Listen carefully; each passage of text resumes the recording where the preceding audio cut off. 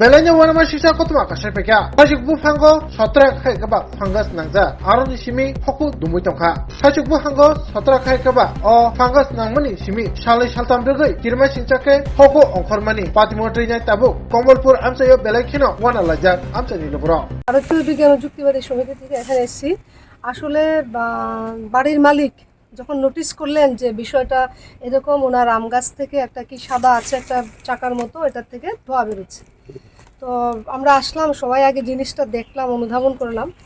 আসলে ব্যাপারটা হচ্ছে কি, আর এই স্পেসটা আমরা এখন যেখানে দেখতে পাচ্ছেন এই জায়গাটা অ্যাকচুয়ালি একদম ঘন জঙ্গল ছিল, একদম পুরো এই যে ছত্রাকের যে বডিটা এটা পর্যন্ত ঢাকনা দেওয়া ছিল।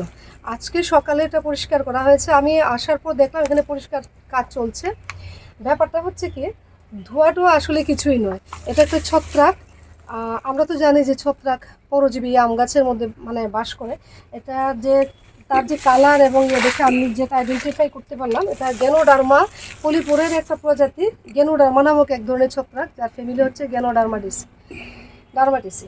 তো এই ছত্রাক আসলে কি করে, তার বডি, তার যে এনজাইম দ্বারা এই গাছেরই লিগনিন সেলুলোজ এগুলিকে ধ্বংস করে আস্তে আস্তে তার উড স্পেসটা ধ্বংস করে, গাছটাকে একবারে নিষ্ক্রিয় করে দেয়। নিষ্ক্রিয় পুরোটা করে, যতদিন বেঁচে থাকবে ততদিন নষ্ট করবে। আর এই যে গাছটা দেখতে পাচ্ছি, শুধু পর গাছে শেষ করে দিয়েছে গাছটাকে।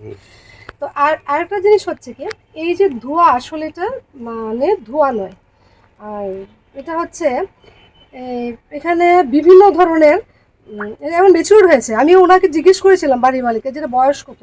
তো উনি বললেন যে প্রথমে এটা ছোটো ছিল, উনি আন্দাজ করে বলেছেন যে 4-5 মাস এরকম হতে পারে, বেশ বড় হয়েছে এটা। আর স্পোর ব্লাস্টও কিন্তু কন্টিনিউ হচ্ছে, অজস্র টিউব রয়েছে এটার ভেতরে, প্রচুর পরিমাণে স্পোর ব্লাস্ট হচ্ছে।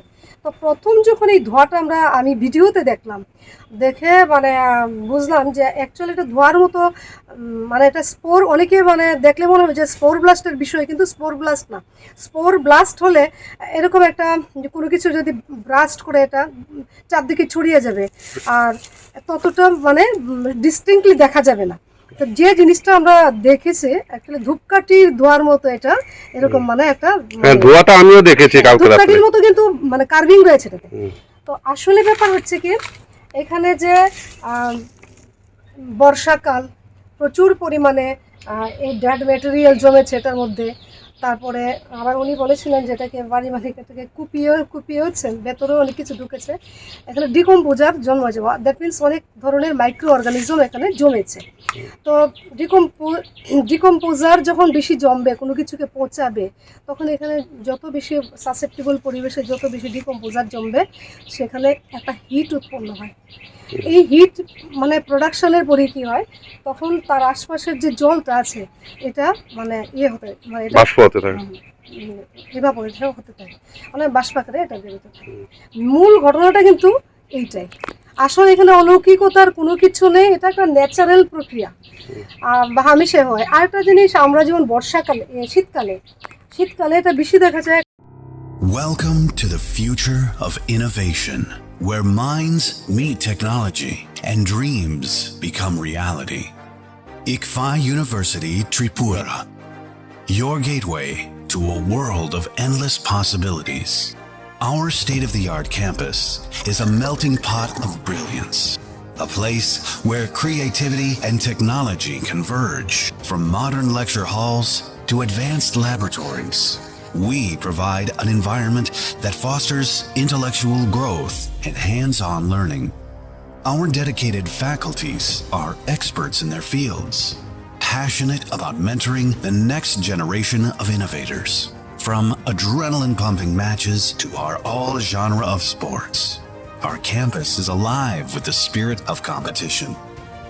Within the realms of Ikaria, emerging as artists whose creations resonate with the heartbeat of artistic expression. Making Ikaria the true epicenter of creativity, where innovation meets education. Join us on the journey to redefine what's possible. Your future begins here. ICFI University Tripura. Dream big.